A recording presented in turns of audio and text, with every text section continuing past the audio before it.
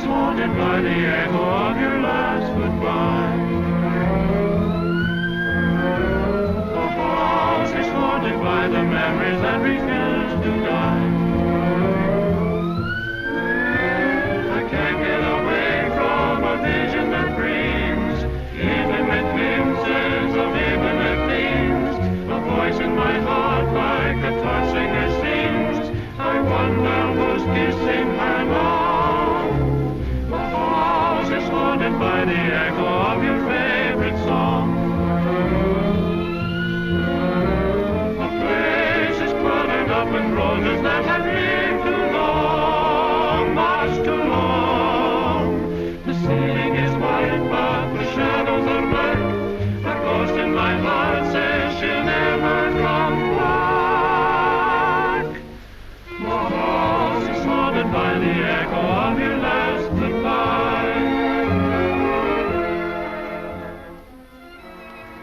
It's a ghost. The ghost of a house that once was new. But it hasn't always been like this. Once upon a time, when the house was new, happy people lived here, and the owner was proud of his house. Not a worry in the world. This man's house was his castle. But a year or two passed, and then the trouble began. Just little things at first. A drawer that wouldn't close, a window that wouldn't open, and then greater faults. Things that took time and money. The owner could never permanently cure his house of these ailments. They grew more as time went on. Finally, he gave up. He realized the trouble was far below the surface, in the foundation under the house. Today, every man's automobile is his house on wheels, giving him a roof over his head, keeping him warm in winter and cool in summer, besides moving him about wherever he wants to go. But there are haunted cars, just as there are haunted houses. One shock from an earthquake and a house falls to pieces. But your house on wheels must be built to withstand an earthquake every second or oftener when it's that kind of a road, rolling and bumping, twisting and turning. If a car does not have a good foundation, it soon becomes the haunt of ghosts. Body joints loosen up, bringing squeaks and rattles. Even the tires get more wear because the car weaves and won't hold the road. A car must have a strong foundation, and in an automobile, the foundation is the frame. Few people see the real foundations of their houses, and few owners see the frames of their automobiles.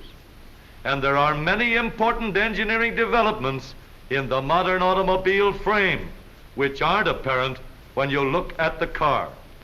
Let's see what an automobile frame has to do and what kind of a frame is required to do the job. This line is the road. These are the wheels, and this is the body. Now let's look at it from another viewpoint. Looking down on top of the car. The car is supported at four corners by the wheels. We must have a strong, rigid foundation to support the body over its entire length.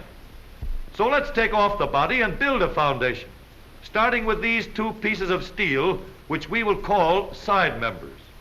Now we need something to keep the side members apart and something to hold them together.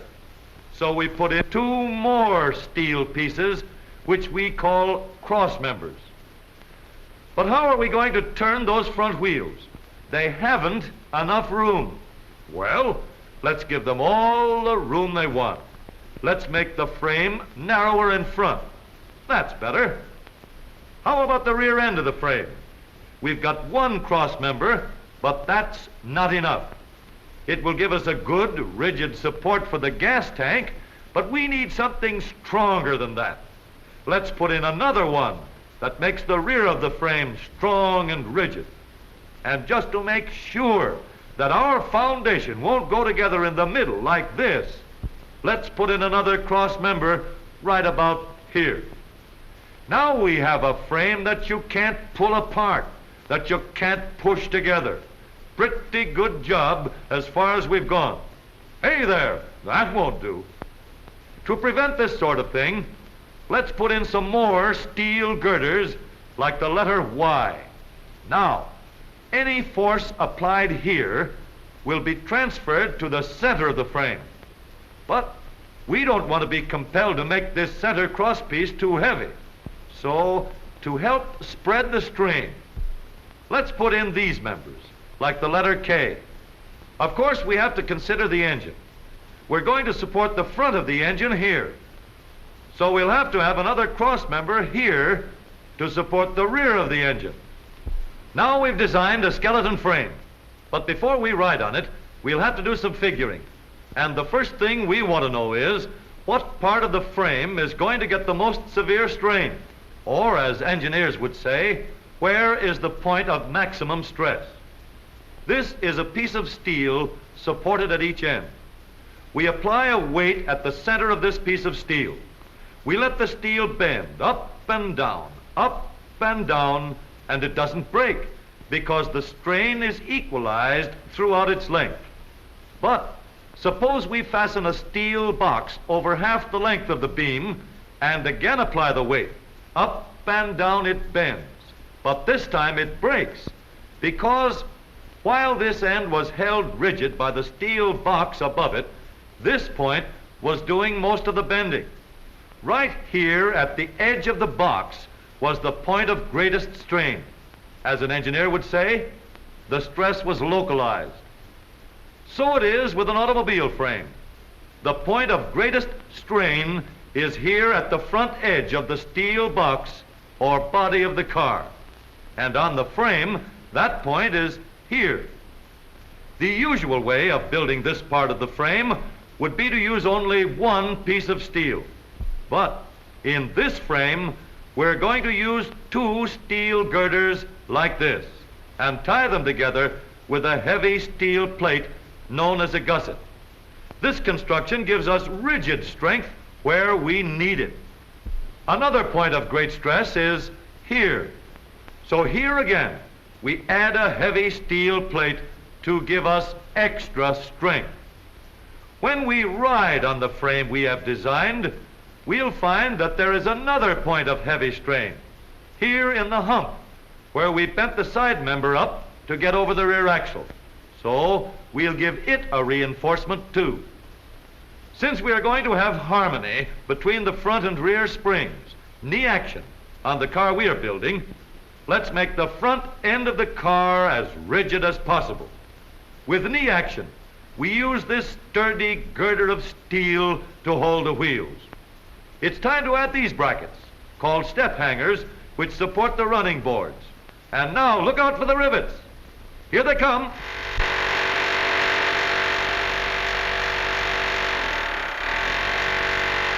"219 tough steel rivets to hold our frame together. Cold-driven rivets, too, that won't shrink after they're in place. Now we have a strong, rigid foundation. With this YK frame, your car will stand up under the hardest usage for tens of thousands of miles. Strong, heavy side members for support, sturdy cross members for rigidity, big steel center braces for strength, heavy reinforcements at points of greatest strain, a good husky support for the engine, and a strong crosspiece to hold the knee action wheels. Such a frame gives rigid support to the whole car. Springs, steering gear, and engine have a firm foundation. The body and every part of the car ride on a frame that is solid, strong, and safe. With such a foundation for your car, you can ride on good roads or bad roads or any kind of road. Your car has a foundation to protect all vital parts from damaging shocks and strains. Summers and winters may come and go, but such a house on wheels will never have to fear the creaks and rattles of a haunted house.